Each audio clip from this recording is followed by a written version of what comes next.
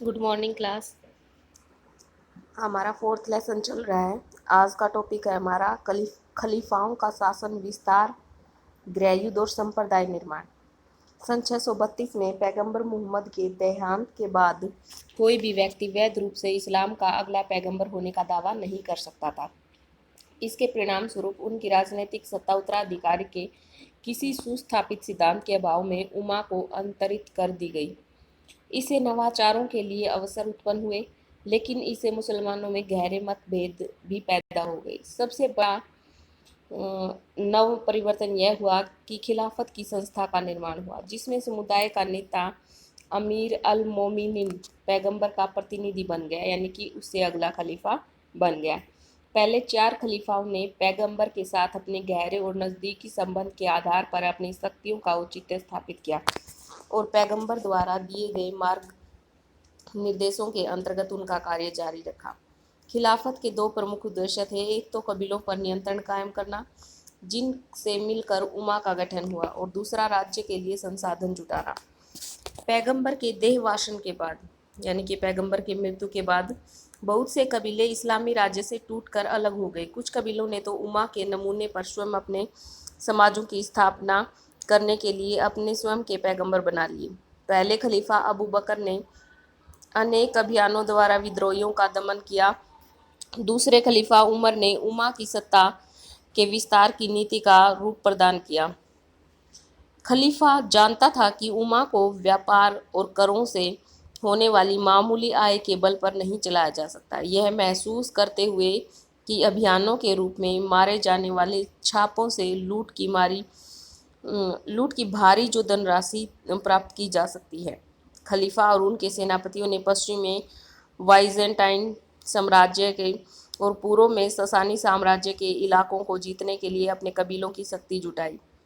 वाइजेंटाइन ने और ससानी साम्राज्य जब अपनी शक्ति के सर्वोच्च शिखर पर थे, तो वे विशाल क्षेत्रों पर शासन करते थे और अरब में अपने राजनीतिक और वाणिज्यिक हितों को आगे बढ़ाने के लिए उनके पास बड़ी मात्रा में संसाधन थे।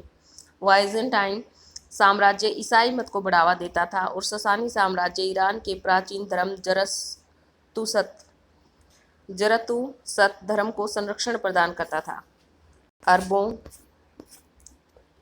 के आक्रमण के समय इन दोनों साम्राज्यों की शक्ति में धार्मिक संघर्षों और अभिजात वर्ग के विद्रोह के कारण गिरावट आ चुकी थी। इसके कारण युद्धों और संधियों के जरिए उन्हें अपने अधीन लाना आसान हो गया था। 3 सफल अभियानों में अरबों ने सीरिया, इराक, ईरान और मिस्र को मदीना के नियंत्रण में ला दिया। सामरिक नीति, धार्मिक जोश और विरोधियों की कमजोरी ने अरबों की सफलता में योगदान दिया। सामरिक नीति होती है कि भाई मुसलमानों के जो रूल रेगुलेशन होते हैं उसको बोलते हैं। तीसरे खलीफा उथमान ने अपना नियंत्रण मध्य एशिया तथा बढ़ाने के लिए और अभियान चलाए। पैगंबर मोहम्मद की मृत्यु के 1 दशक के अंदर अरब इस्लामी राज्य ने नील और अक्सस के बीच के विशाल क्षेत्र को अपने नियंत्रण में ले लिया। ये इलाके आज तक मुस्लिम शासन के अंतर्गत हैं। जीते गए सभी प्रांतों में खलीफाओं ने न्याय प्रशासनिक ढांचा लागू किया, जिनके अध्यक्ष गवर्नर और कबीलों के मुखिया। गवर्नर को अमीर बोला जाता था और जो कबीलों का मुखिया होता था अशरफ, वो थे। गवर्नर अमीर और मुखिया अशरफ थे। केंद्रीय राजकोष बैत अल माल अपना राजस्व मुसलमानों द्वारा अदा किए जाने वाले करों से और इसके अलावा धावों से मिलने वाली लूट में अपने हिस्से से प्राप्त करता था। खलीफा के सैनिक, जिनमें अधिकतर बदुइन थे, रेगिस्तान के किनारों पर बसे शहरों जैसे कूफा और बसरा में शिविरों में रहते थे, ताकि वे अपने प्राकृतिक आवास स्थलों के निकट और खलीफा की कमान के अंतर्गत बने रहें। शासक वर्ग और सैनिकों को लूट में हिस्सा मिलता था। मासिक आदायगियाँ प्राप्त होती थी, यानी कि जो मासिक वेतन था वो प्राप्त होता था। गैर मुस्लिम लोगों द्वारा करों को अदा करने का, उनका संपत्ति का तथा उन धार्मिक कार्यों को संपन्न करने का अधिकार बना रहता था, यदि वो जजिया नामक कर देते। जो वहाँ मुसलमान नहीं थे उनसे जजिया नामक कर लिया जाता था, तब वो वहाँ रह सकते थे, अनुष्ठान वगैरह कर सकते थे, शादी वगैरह कर सकते थे। उन्हें काफ़ी अधिक स्वायत्तता दी गई थी। राजनीतिक विस्तार और एकीकरण का कार्य अरब कबीले सरलता से नहीं कर पाए। राज क्षेत्र के विस्तार से संसाधनों और पदों के वितरण के बारे में पैदा हुए झगड़े उम्मा की एकता के लिए खतरा बन गए। प्रारंभिक इस्लामी राज्य के शासन में मक्का के कुरैश लोगों को ही बोलबाला था। तीसरा खलीफा उथमान भी एक कुरैश था और उसने अधिक नियंत्रण प्राप्त करने के लिए प्रशासन को अपने ही आदमियों से भर दिया। इससे राज्य का मक्काई स्वरूप और अधिक जोरदार हो गया। क्या था, पैगंबर मोहम्मद की मृत्यु के बाद कुछ लोग तो चाहते थे कि भाई जो उनके ससुर हैं वो क्या बने, यहाँ के खलीफा। कुछ चाहते थे कि उनके जो दामाद हैं वो खलीफा बने यहाँ के। लेकिन फिर दोनों अलग अलग सिया और सुन्नी दो संप्रदाय बन गए इनके, सिया और सुन्नी। तो सिया तो क्या थे, कट्टर, जो कट्टर मुसलमान होते, और सुन्नी क्या थे, जो कट्टर मुसलमान नहीं होते, जो उसके दामाद की तरफ थे। तो बना उस समय उसके ससुरी बने और उन्होंने उसके बाद 4 खलीफा जो सिया वर्ग के थे वो बने और उसके बाद सुन्नी वर्ग के बने। जो सिया वर्ग था वो कट्टर मुसलमानों का था। इससे राज्य का मक्काई स्वरूप और अधिक जोरदार हो गया। परिणाम स्वरूप अन्य कबीलों के साथ झगड़े पैदा हो गए। इराक और मिस्र में तो विरोध ही था, अब मदीने में भी विरोध उत्पन्न हो जाने के परिणाम स्वरूप उथमान की हत्या कर दी गई। उथमान की मृत्यु के बाद अली को चौथा खलीफा नियुक्त किया गया। अली द्वारा उन लोगों के खिलाफ जो मक्का के अभिजात तंत्र का प्रतिनिधित्व करते थे, 2 युद्ध लड़े जाने के बाद मुसलमानों में दरार और गहरी हो गई। अली ने अपने आप को कूफा में स्थापित कर लिया और मुहम्मद की पत्नी आयशा के नेतृत्व वाली सेना को ऊंट की लड़ाई में पराजित कर दिया। लेकिन वह उथमान के नातेदार और सीरियाई के गवर्नर मुआविया के नेतृत्व वाले गुट का दमन नहीं कर सका।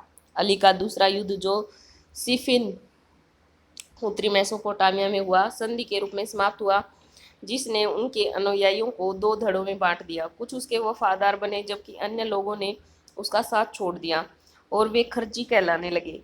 जो उनका साथ छोड़ गए वो क्या कहलाए, खर्जी।